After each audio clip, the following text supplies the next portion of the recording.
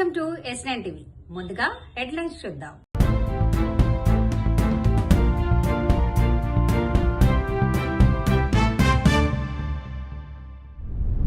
కోటబొమ్మలలో మంత్రి అచ్చెన్నాయుడు పర్యటన. అమరజ్యోతి భవనంలో వైర్లను ఎలకలు కొరుకుతున్నాయి.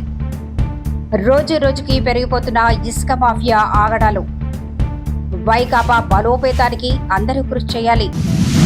రోజు వస్తున్నా కూడా మేమేం మాట్లాడలేదండి.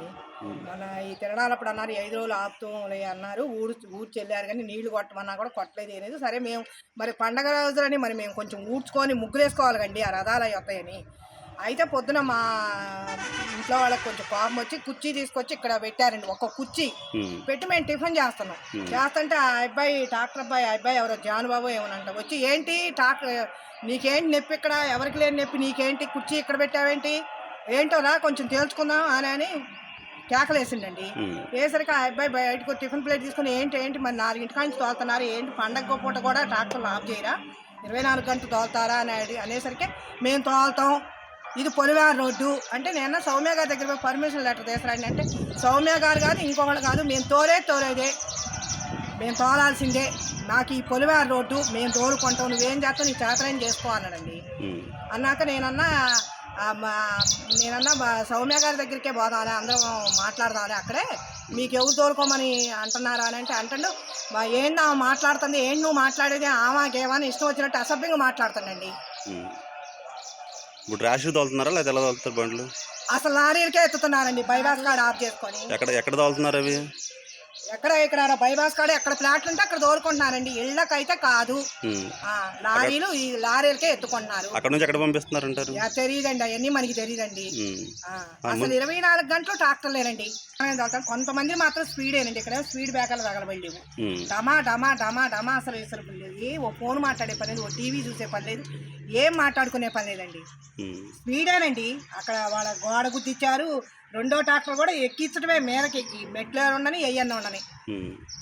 వాళ్ళకి ముందు అక్కడ పడాలిగా, ఎన్ని ట్రిప్పులు అని పడాలి కదా, ర్యాష్గా తోలుతున్నారండి, 24 గంటలు తోలుతున్నారండి. ఈరోజు ఒంగోలు జిల్లా పార్లమెంటు పరిధిలో నాయకులందరూ కూడా అధ్యక్షుడు జగన్మోహన్ రెడ్డి గారు ఆదేశాల మేరకు మెంబర్షిప్ విషయంలో చాలా బాగా పెద్ద ఎత్తున చేశారు. అందులో రాంబాబు గారు మొదట్లో ఉన్నారు.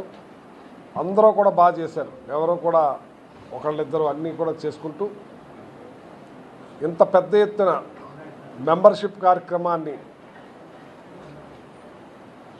నేను కోఆర్డినేటర్గా ఉన్న ఇక్కడ ఇంత బాగా చేయటం వాళ్ళందరినీ కూడా ప్రత్యేకంగా నేను అభినందిస్తున్నాను.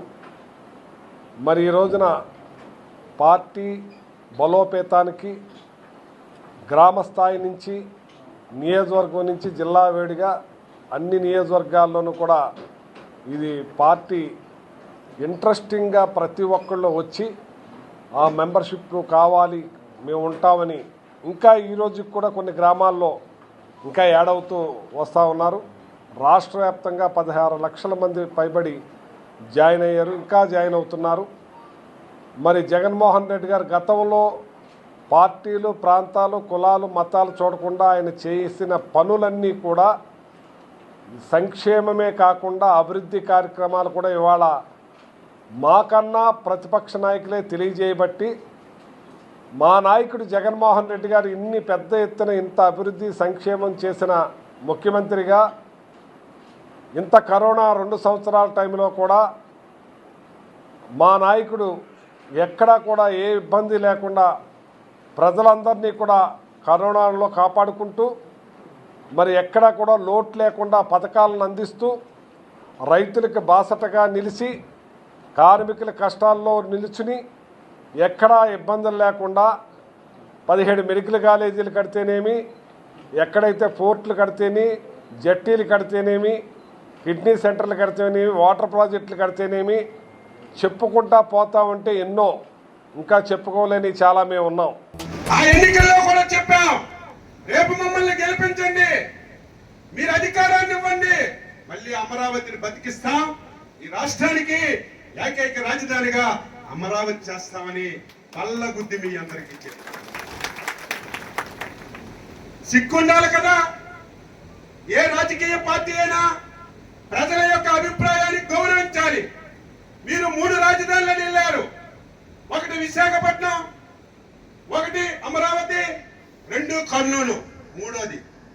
మీరు ఈ 3 రాజధానులని ఎలక్షన్లోకి వెళ్తే 3 ప్రాంతాల ప్రజలు నువ్వు పిచ్చోడు, నువ్వు దుర్మార్గుడు, తెలుగు జాతిని విచ్ఛిన్నం చేయడానికి ఈ ప్రయత్నం చేస్తున్నావని మొన్న ఎలక్షన్లలో నువ్వు ఇచ్చిన 3 రాజధానులే మంచి నిర్ణయం అయితే నీ కోట్లు వేసేవాళ్ళు కదా.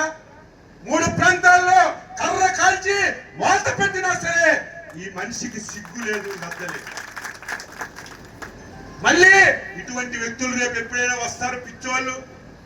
ఆ పిచ్చోళ్ళు వస్తే వాడి చేతిలో రాయి ఉంటుంది. పిచ్చోడి చేతిలో మీకు తెలుసు కదా, ఒక రాయి పిచ్చోడి చేతిలో ఉంటే ఆ రాయితో నిన్ననే కొడతాడు, లేదా ఆడికి ఆడేనే కొట్టుకుంటాడు.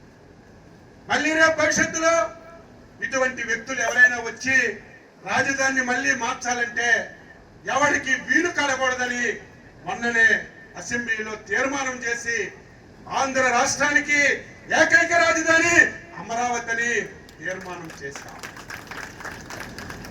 ఈ రోజుతో 5 కోట్ల మంది ఆంధ్రులు కళ నెరవేరుతుంది.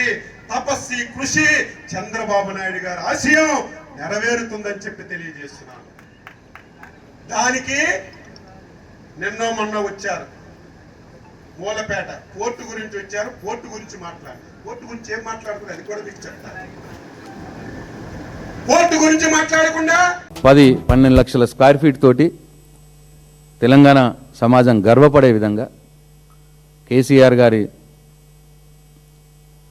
పట్టుదలతో వారి నాయకత్వంలో ఇవాళ తెలంగాణకి ఒక తలమానికంగా ఉన్నటువంటి సెక్రటరియట్ బిల్డింగ్ని కట్టినాం.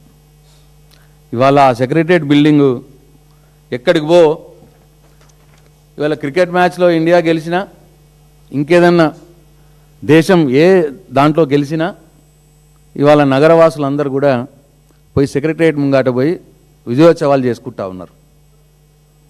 ప్రౌడ్గా ఫీల్ అవుతూ ఉన్నారు ఇవాళ మనకు ఆ సెక్రటరియట్ ఉన్నందుకు, ఆ బిల్డింగ్ ఉన్నందుకు. చాలా గొప్పగా అది అద్భుతమైనటువంటి ఆర్కిటెక్చరల్ ప్రతిభతో కట్టినటువంటి బిల్డింగ్. అది కట్టి 3 సంవత్సరాలు అయింది ఆ హ్యాండ్ ఓవర్ చేసుకొని. మేము 6 నెలలు ఉన్నాం, వీళ్ళు 2.5 ఏళ్ళు అయింది ఇప్పుడు దాంట్లో పనిచేస్తున్నారు. 3 సంవత్సరాల కాలంలో ఇప్పటికీ సెక్రటరియట్ బిల్డింగ్ మెయింటెనెన్స్ కోసం ₹1 కూడా శాంక్షన్ చేయలేదు.